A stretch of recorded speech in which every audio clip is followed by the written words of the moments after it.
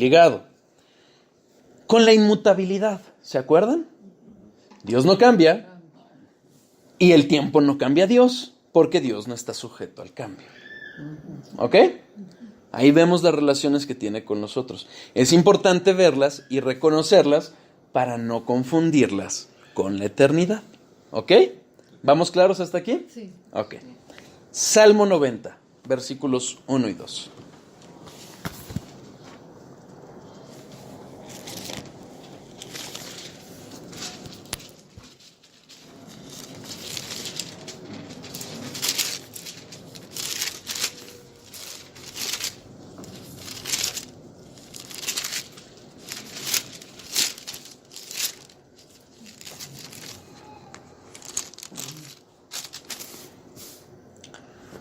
¿Listos?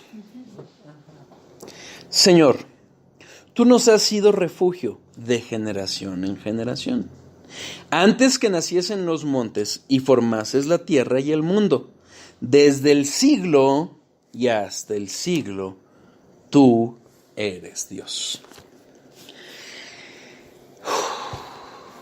Desde el siglo. La palabra hebrea usada aquí es olam. Uno de sus significados es punto de desaparición. ¿Ok? Dice Tozer esto. Desde el punto de fuga del pasado hasta el punto de fuga del futuro. ¿Alguien sabe lo que es el punto de fuga? Pues el cero, ¿no? De donde se traza toda la perspectiva. Es eso. ¿Han visto? Tiene que ver con la perspectiva. ¿Han visto los diseños arquitectónicos, los planos? ¿Cómo se puede ver que pusieron un puntito? Sí. Y que salen trazos para verlo en perspectiva y verlo como en tercera dimensión. ¿Sí? ¿Sí lo recuerdan? Sí. Como este, miren. Como este cubo. Ese punto de donde parten. ¿Sí? Ese es el punto de fuga. ¿Qué es? Es el lugar imaginario donde se encuentran las líneas paralelas, que se unen en el infinito. En una vista en perspectiva, es muy claro. Hay muchas veces, yo no sé si es porque no lo borraron bien, pero hasta aún en los diseños se puede ver, se puede apreciar con toda claridad que hay puntos de donde parte ese diseño, ese logotipo o lo que sea, que lo hacen perceptible a nuestra vista y parece que es tercera dimensión. ¿Sí? Pero es perspectiva, no es otra más. El punto, digo, no soy arquitecto ni platiqué con un arquitecto para saberlo, pero entiendo que es perspectiva. Llevé dibujo técnico en la prepa, hace ya unos siglos. Pero ese es el punto de fuga, ¿ok? Entonces, cuando el Salmo dice, desde el olam hasta el olam, se refiere a ese punto de desaparición, ¿ok? Ese punto imaginario donde las líneas paralelas se unen, ese punto donde nosotros no alcanzamos a ver, sino solo imaginar, pero es un punto de fuga para el hombre. Y que en realidad no son paralelas hacia la vista, no son paralelas, tienden a unirse. Exactamente, por eso se habla de un punto imaginario, porque es mera perspectiva. ¿Ok? Pero nunca se unen. En la teoría o en la imaginación No. En la realidad sí, porque somos finitos. Ajá. Las líneas paralelas es un concepto meramente conceptual. Sí. Porque la definición de dos líneas paralelas son aquellas líneas rectas que nunca se unen. Se unen. Exactamente. ¿Ok? Entonces, este punto de fuga, este olam, es para nosotros. Es decir, Dios no tiene un punto imaginario. Él sí es infinito. No, porque Él es infinito. Es, en cierta forma, un antropomorfismo para entenderlo. ¿Cómo lo vamos a entender más fácil? Lo que yo les había dicho ya en algún otro tiempo. Un concepto teológico que tenemos, que es la eternidad pasada y la eternidad futura. No existe como tal, porque la eternidad es más allá del tiempo y trasciende el tiempo y se extiende infinitamente en el tiempo, es mucho más grande que el tiempo, pero son conceptos teológicos que necesitamos para medio entender de lo que estamos hablando. Entonces, lo que aquí está diciendo Dios a través de su palabra es que esta característica de Dios, y habla de siglos porque también refiere a una cuestión de tiempo, es una extensión infinita de Dios en el tiempo, que nosotros conocemos por tiempo. ¿Queda claro? ¿Sí? Sí. Es un concepto meramente abstracto, ¿eh? Es un antropomorfismo, ¿ok? Es para entender una realidad ajena a nosotros. Esa es la realidad, ¿ok? Este olam tiene otros dos significados en hebreo, y es escondido o fuera de la mente, ¿ok? Tozer lo define como oculto o inmemorial, ¿ok? Desde el tiempo oculto hasta el tiempo oculto. Desde el tiempo inmemorial hasta el tiempo inmemorial. Oculto a nuestro entendimiento. No lo podemos de verdad. No lo vamos a poder entender. Es algo que está oculto a nuestra mente. Es algo que está fuera de nuestra mente. Es inmemorial, ni para adelante ni para atrás, para nosotros. ¿Queda claro? ¿Sí? Esto refiere a la eternidad. Job 36, 26.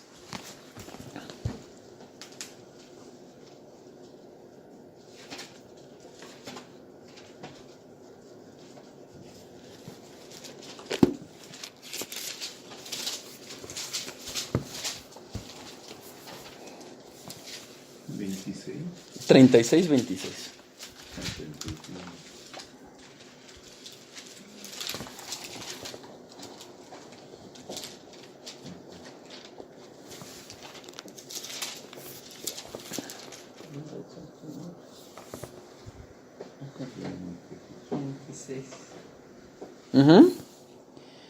He aquí, Dios es grande, y nosotros no le conocemos, ni se puede seguir la huella de sus años.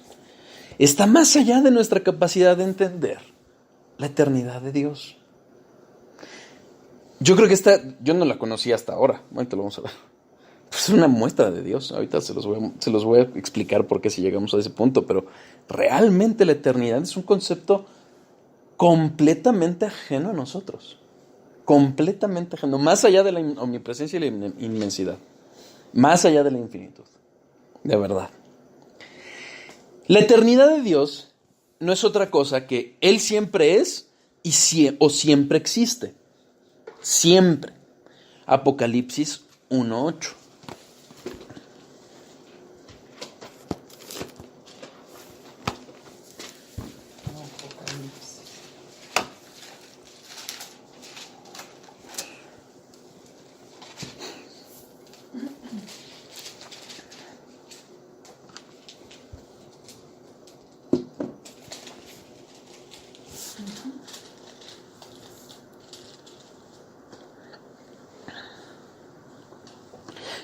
Yo soy el alfa y la omega, principio y fin, dice el Señor, el que es y que era y que ha de venir, el Todopoderoso.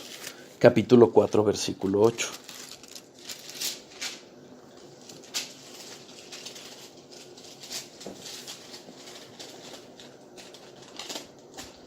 ¿También del Apocalipsis? Sí.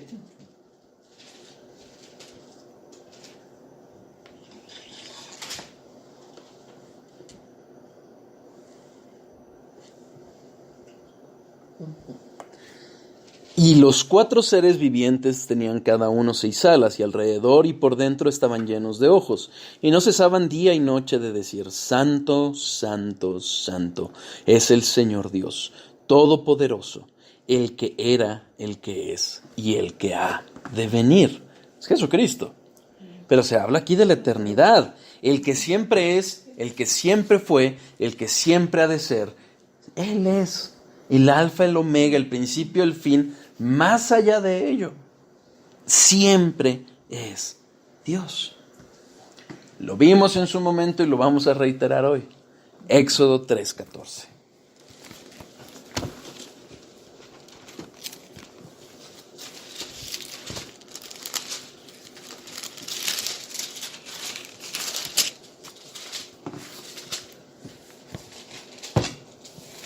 No te pegas.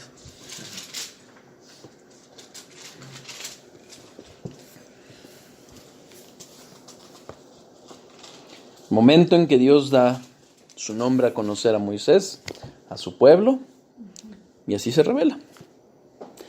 Respondió Dios a Moisés: yo soy el que soy. Y dijo: así dirás a los hijos de Israel: yo soy, me envió a vosotros. ¿Se acuerdan? Charnock dice, esto es la eternidad. Yo fui, yo soy y yo seré. Por la eternidad. Es el eterno yo soy. Tiene que ver con la autoexistencia, sin duda. Tiene que ver con la infinitud, también. Tiene que ver con la trascendencia, también. Y por ende también con la eternidad. Siempre es, siempre fue, siempre será. Eterno. ¿Ok? Yo creo que sí. Los dejo. No, vamos a ver un poquito. Sí, claro. Oye, sí. Hernando, no sé si lo comentaste o en el Antiguo Testamento Dios interactuaba más con los seres humanos y en el Nuevo Testamento, a raíz de la venida de Jesús, ¿deja de haber esta interacción o...? ¿A qué te refieres? Sí, como que hay, como ahorita leyendo, ¿no? Y Dios se presentó, y Dios le habló Jehová a los le hombres, dijo, y Jehová, como con exacto, Moisés, ¿no? Que subió como con Moisés, o como pueblo de ahorita, Israel. o que me ves la espalda, o cosas así, que solo es una pregunta. Sí, entiendo. Sí, ahora Pero es que... Dios se manifestará menos ahora, Okay. o... Es que depende que entiendas por el Nuevo Testamento. O sea, el Nuevo después de la Testamento... venida de Jesús. ¿Hasta hoy? Ajá. Ok. No. Si nosotros... a ver. Hay que analizar cómo era en el Antiguo Testamento. Estamos hablando de 1600 años. O sea, esta historia que vemos son 1600 años de historia. Y realmente manifestaciones así no fueron tan constantes. Sí le habló a ciertas personas.